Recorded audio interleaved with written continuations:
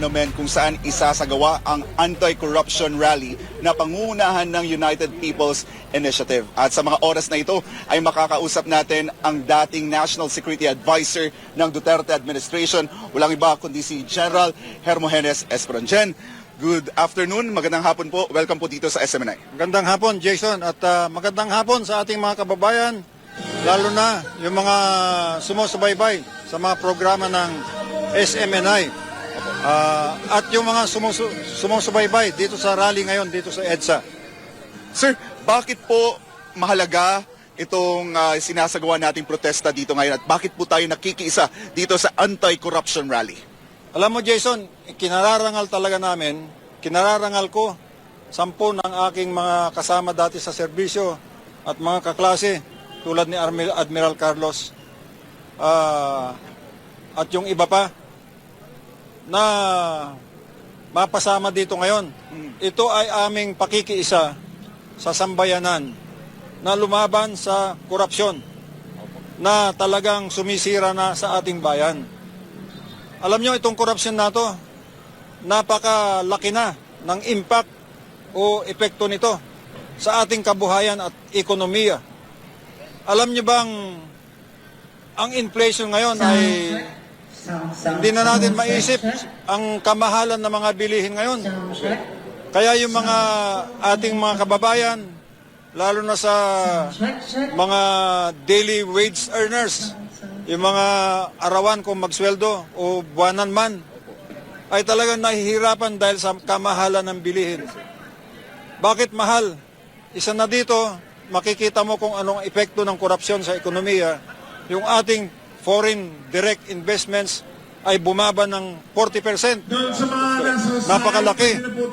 Yung ating stock exchange from 6,200 naging 5,600 na lang ngayon ang index. Yung ating piso, dati-dati nasa 56, ngayon 59 mahigit na. Sir, bilang dating National Security Advisor, ano yung maipapayo po ninyo sa gobyerno para matiyak po ang transparency at pananagutan sa mga opisyal ng gobyerno? Dahil ito yung panawagan ng taong bayan na may managot na mga government officials sa gitna ng lumalalang issue po ng korupsyon. Ang masasabi ko lang, kailangan talaga natin ng transparency and accountability at baguhin natin yung sistema ng governance, lalong-lalo na sa paghawak ng pondo.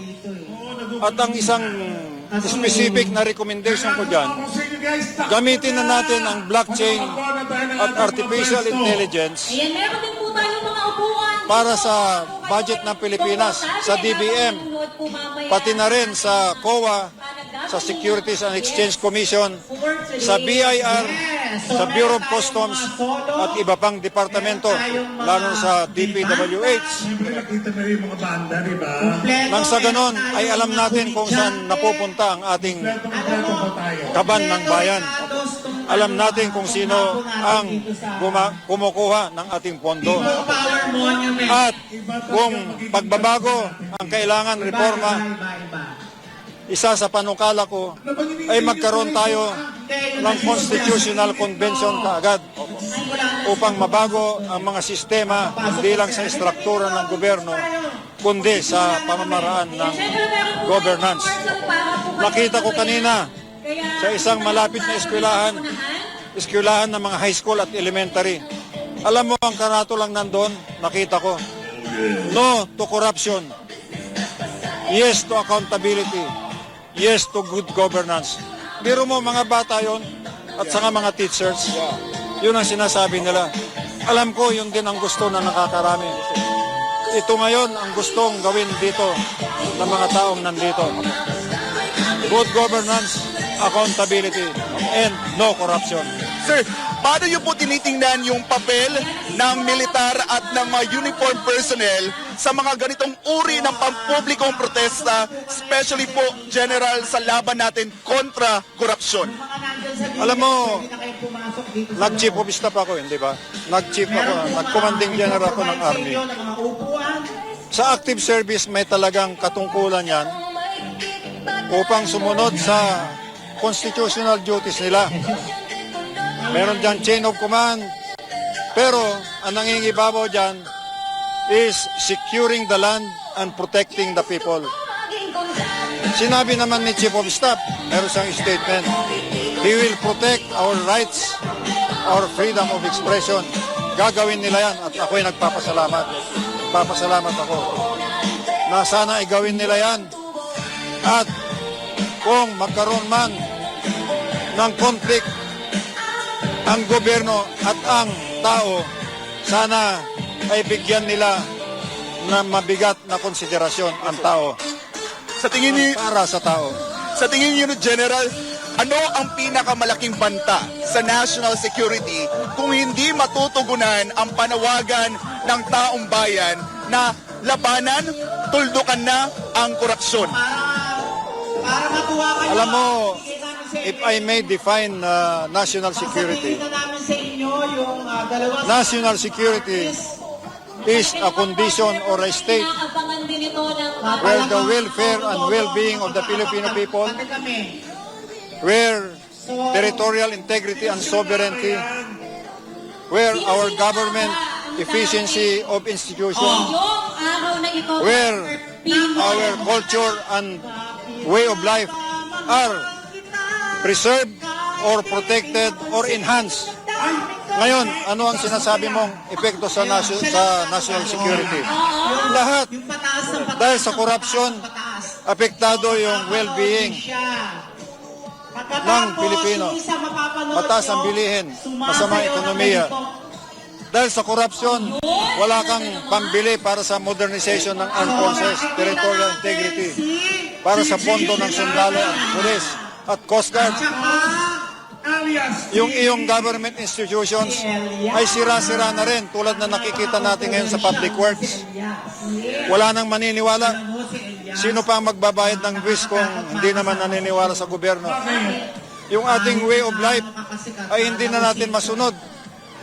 Dahil ang demokrasya ay nanganganib pag ganitong mahirap ang ekonomiya at ang tao ay galit na galit. Yung alam mo yun, yung kunyari, Sir, sa kasalukuyang klima ngayon ng politika, ano po ang nakikita ninyong pinaka-epektibong paraan para maibalik yung tiwala ng mga taong bayan sa gobyerno? tinawag na yung Alam mo sa parting yan, sigaw dun sa artista. mayroon tayong commander-in-chief at presidente.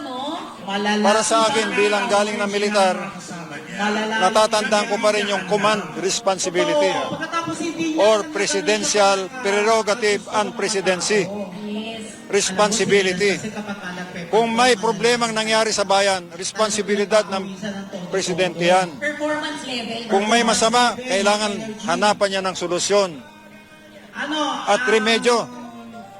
Kung kailangan may mga palitan, kailangan palitan. Kung kailangan may baguhin, baguhin. Kaya pabayaan natin ang ating presidente, ang ating pangulo na mag-isip. Responsibilidad niyan.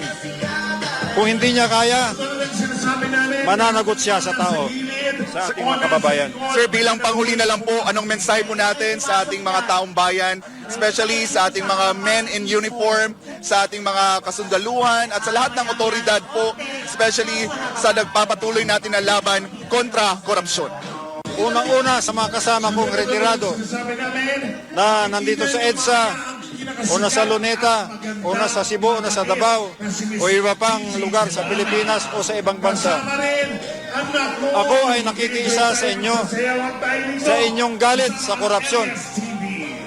Kung kaya nyong sumama dito sa rally, sumama kayo. Kung hindi man, samahan nyo kami online o suportahan nyo itong mga kababayan natin na pumupunta sa rally. Attorney na napaka- Sa mga active na soldiers, na kasundaluhan, officers, gawin ninyo ang inyong constitutional duty. Diba sa'yo nagmano? Just remember, we are the protector of the state and the people.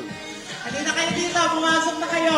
Kung magkaroon ng conflict, ang state o government at saka people, sana ay bigyan ninyo ng importansya ang ating people, ang ating mga kababayan.